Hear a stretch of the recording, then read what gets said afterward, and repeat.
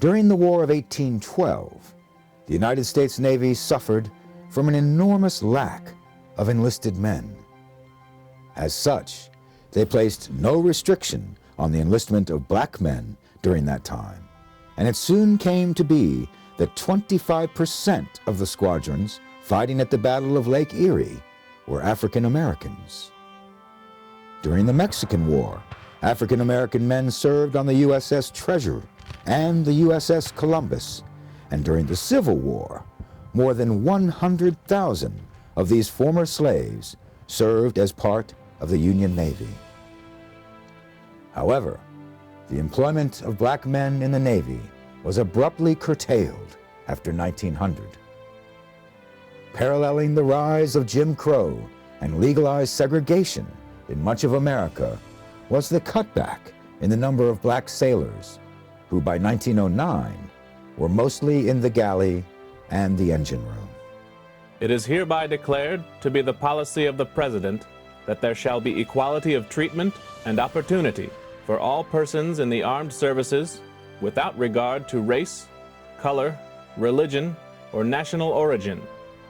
On July 26, 1948, President Harry S. Truman issued Executive Order 9981, abolishing segregation in the military.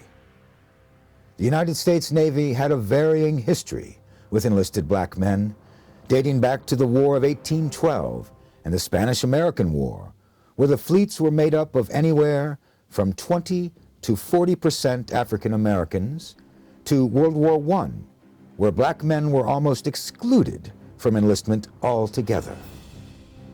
Serving in only such roles as mess duty and coal passing, they made up only around 1% of the Navy's enlistment.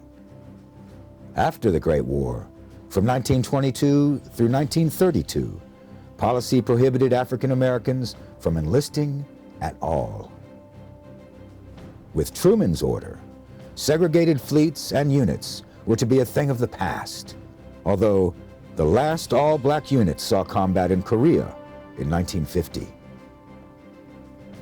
After the attack on Pearl Harbor during World War II, Dorie Miller became the first African American to be honored with the Navy Cross for his actions during the attack. A cook, third class, Miller operated a machine gun on the deck of the USS West Virginia. Miller had no training on the weapon, but held off enemy fire and is credited with shooting down at least one Japanese fighter plane. For distinguished devotion to duty, extraordinary courage, and disregard for his own personal safety during the attack on the fleet in Pearl Harbor, territory of Hawaii, by Japanese forces on December 7, 1941. While at the side of his captain on the bridge, Miller, despite enemy strafing and bombing, and in the face of a serious fire, assisted in moving his captain, who had been mortally wounded, to a place of greater safety, and later manned and operated a machine gun directed at enemy Japanese attacking aircraft until ordered to leave the bridge.